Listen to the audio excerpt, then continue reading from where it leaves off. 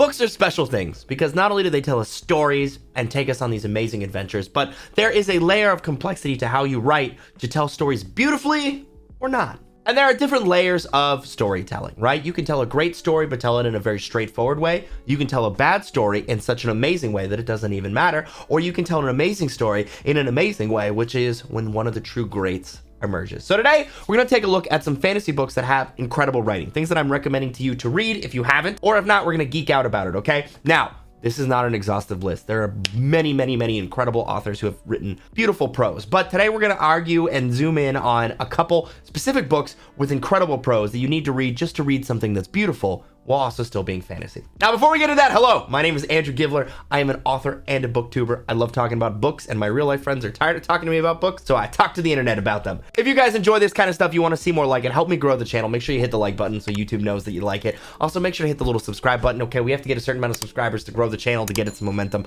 So hit the subscribe button, and now let's talk about beautiful books. Now, as I mentioned, this is in no way an exhaustive list. This list is roughly in order of these books, but these aren't even necessarily my top 5, right? I'm sure that there are some I've forgotten, some that you could argue, and a couple of the ones that I've chosen, I'm not sure that they're the author's most beautiful work, but they're the one that I have read, because in some ways, I'm lacking. You'll see when we get there. The first one I'm gonna bring up, number 5 on the list, if you will, but again, that sort of doesn't matter, is The Wheel of Time by Robert Jordan. Now, I know Brandon Sanderson came in and also filled it out, and so some of them could also be attributed to him, and Brandon Sanderson is also an incredible writer in his own regard. But most of the quotes that really stick to me, the scenes that really stick to me, are from the earlier parts of Wheel of Time, for me personally, right? If you saw my Wheel of Time review, which I think was the video before this, sorry, I won't talk about Wheel of Time too much, I promise. Lord of Chaos is my favorite book. Like, earlier books in this thing are the ones that really draw me in. So, a couple lines that remember, I have never forgotten the poem about the Aes Sedai. Give me your trust, said the Aes Sedai. On my shoulders, I support the sky. Trust me to know and to do what's best, and I will take care of the rest. But trust is the color of a dark seed growing. Trust is the color of a heart's blood flowing. Trust is the color of a soul's last breath. Trust is the color of death.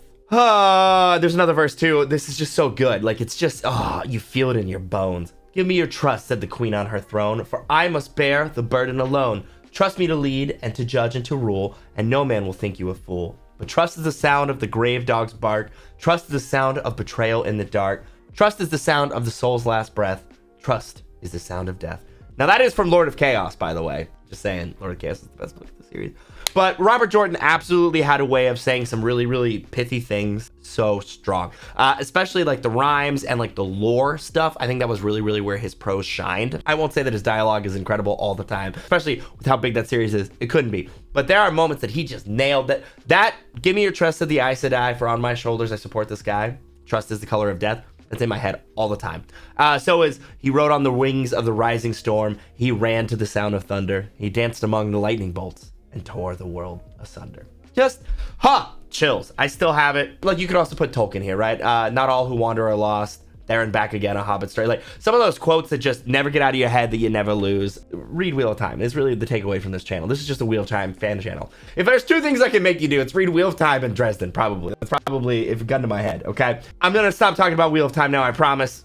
I'm not gonna. But for right now, we're good. Number 4 is also not going to be surprising to anybody who's like listened through the books that I've talked about on the channel, because I also am just a huge shill for Empire of Silence and the entire Sun Eater trilogy. I want to read a couple lines from Empire of Silence to you guys. Again, Christopher Ruccio has just incredibly dense prose that has so many layers to it. He describes things beautifully. One of the things that I love is, like, he'll make a metaphor and then he'll kind of consistently use that metaphor. I'm trying to think how to explain this. For example, if he describes somebody in relationship to being like a bird, right? Maybe they're flighty like a bird, or they're light-boned like a bird or something. Then for the rest of the paragraph, everything that he would describe them would be verbs that would also work for a bird. So you have the image of them being a bird in your head, but also, like, you know, they took flight, they cocked their head, they wing away, you know, things like that. Words that could work for a human, but also work for a bird. So it carries that image, makes it really strong. I think he's so excellent at doing that, like, I'm reading and I just like get caught up in the feeling that he's putting through,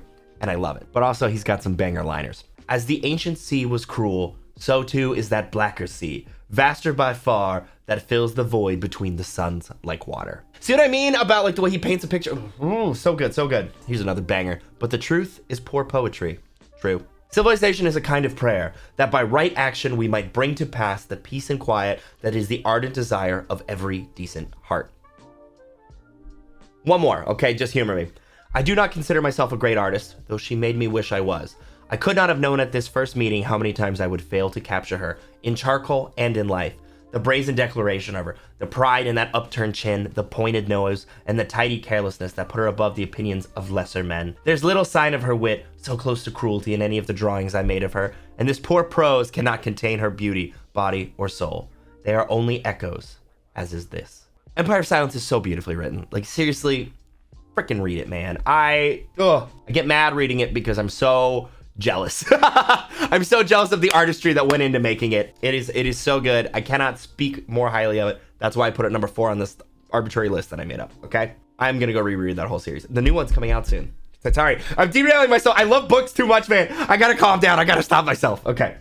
Number 3, this is the one where I feel like people are gonna be like, that's neither of their best book. But I felt like I needed to talk about both of these people who wrote a book together. And it's Good Omens by Terry Pratchett and Neil Gaiman. Now, Terry Pratchett is considered probably one of the greatest comedic fantasy writers of all time. I've read a criminally small amount of Pratchett, and I'm actually gonna start working on that soon. Because the one book of his that I read that wasn't Good Omens, like the one he wrote by himself, killed me. It was incredible, and I need more of that. Gaiman is also incredible. I love Gaiman's world building. He also wrote Sandman. He wrote, what is it, Stardust? Did he write Stardust? He's written like so many cult classics, and he also just is fantastic, beautiful writing. And the two of them came together to write Good Omens, which I thoroughly enjoyed. And the writing from it is just great because especially Pratchett's influence is like short, witty, punchy comedy. And it's definitely something I try to copy, but I am but a student of what they are a master of. For example, don't think of it as dying, said Death. Just think of it as leaving early to avoid the rush. No notes. I have no notes. I like this one too. God does not play dice with the universe. He plays an ineffable game of his own devising, which might be compared from the perspective of any of the other players, i.e. everybody, to being involved in an obscure and complex variant of poker in a pitch dark room with blank cards for infinite stakes with a dealer who won't tell you the rules and who smiles all the time. It's so vivid, but also comedic, but also serious. I think comedy is at its best when it is also true, right? Like the joke is funny, but also, sheesh, it's saying something, right? You know what I mean? You know what not saying it's completely true, but just like cuts with a serrated edge, if you will. The future came and went in the mildly discouraging way that futures do.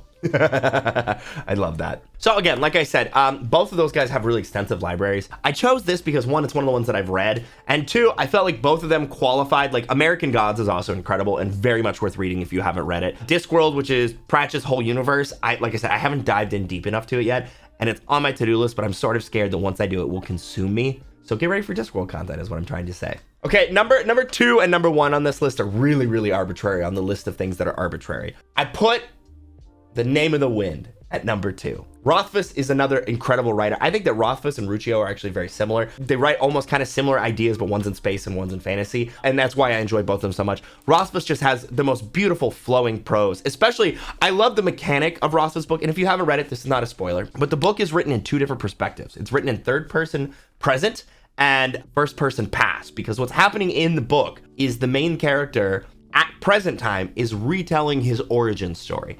And so they will break in the scenes where he's telling his story, and that will be in third person, where you don't know what's going on. And then the character will pick up and tell his story, and then you'll have chapters and chapters and chapters that are in first person in the past. Like, this is what I did back then. So you have this really cool shift that's occurring, and it allows for incredible prose, callback, and playing. It's such a cool dynamic. I love it, and it's got some killer quotes. One of my favorites from The Name of the Wind is, you have to be a bit of a liar to tell the story the right way. It's just, again, those things that are a little bit true, but a little bit poetic. They flow, but fit into like a normal fantasy story. Like the stories of all these are also incredible stories with this couched in. That's what makes them so good. These are the 3 things all wise men fear: the sea in a storm, a night with no moon, and the anger of a gentle man. So good, so good, so good. As with all truly wild things, care is necessary in approaching them. Stealth is useless. Wild things recognize stealth for what it is, a lie and a trap. While wild things might play games of stealth, and in doing so may occasionally fall prey to stealth, they're never truly caught by it. There's so many layers to that. I just love this writing, man. I learned to love the feel of good words. Speak right into my heart, dude. Okay, so this brings us to number 1 on my list, into the finale, okay? And if you're thinking about the legendary authors, especially the ones of our age, There's one you probably noticed is missing. Yikes, I speak for a living. Missing, and that is none other than Stephen King. Now, Stephen King is another one of those guys who has Stephen King has an incredibly large library. And I've only read a few books, and I've enjoyed all of them. He's on my list. I need to read more. I need to read more in general, guys. I'm working on it, okay? I'm sorry. But I want to talk about The Gunslinger. Now, The Gunslinger was actually what got me to read Stephen King, because when I was growing up and I was going through like writing classes and stuff, people were kind of down on Stephen King. They because he was pumping out so many books, and this was before like books were getting published by indie people and stuff like that. People kind of treated him as like a terrible pulpy fiction writer. Oh, Stephen King, he just cranks out another novel. He doesn't put any care into it. He was my literary professors told me he was trash, right? So I didn't really check it out until one of my literary professors admitted something to me. One time, just when it was just him and me, he said, "Did you know that Stephen King wrote the greatest opening line of any modern fiction?" And I said, "No." He said, "Yeah, I like to, smear him, but I have to admit that he wrote the greatest opening line of modern fiction, and you should read it just for that." I said, "Okay, what's that?" He said, "The Gunslinger." The opening line of The Gunslinger is, "The man in black fled through the desert, and the gunslinger followed." I have it memorized. It's burned into my brain. And it's a perfect opening sentence because it tells you everything you need to know. It tells you all the characters. It tells you exactly like the motivations. You've intuited so much of it, and yet it tells you nothing. You need to read to keep finding out. And some of the lines in The Gunslinger I read The Gunslinger and I was blown away because I realized people have been lying to me my whole life. And that Stephen King was brilliant. That the way that he adopted words was brilliant. The way that he twisted analogies together were brilliant. And I'm going to prove it to you right now with some lines from The Gunslinger. "Death, but not for you, gunslinger. Never for you. You darkle, you taint. May I be brutally frank? You go on." So good. That was the trouble with explaining with words. If you explained with gunpowder, people listened. They discovered one could grow as hungry for light as for food. These are all just bangers. I'm just throwing bangers out here. These are just one-liners. His father used to tell him that you couldn't eat principles. And no, you couldn't. But you could live by them. If you didn't have your guns, you still had your mouth. Of course, you had to be careful how you fired that one off. I don't want nothing from you, gunslinger, except to still be here when you move on. I won't beg for my life, but I don't mean I don't want it yet a while longer. Anyway, listen, The Gunslinger is full of incredible one-liners. Now, I will admit, it gets weird. And I have not finished the final book of the Dark Tower series because it got a little too weird for me, and I need to because I was very close, but I just sort of got into the existentialism a little bit. But I thoroughly enjoyed the process getting there, and The Gunslinger itself, I recommend so highly, so highly. And I'm planning on reading Fairy Tales by Stephen King very soon, and I'm gonna do a full review on that because I'm very excited to dive into it, and it's getting rave reviews. So if that's something you guys are interested in, let me know what other Stephen Kings I should read. Also, let me know other beautiful books that I might have missed. I really want to curate a list of beautiful fantasy novels, and I'd love for you guys to be a part of that. So make sure to leave some comments down below. Hope you guys enjoyed the video. If you did, make sure to hit the like button, all right? Hit the subscribe button too, and I'll see you guys in the next one.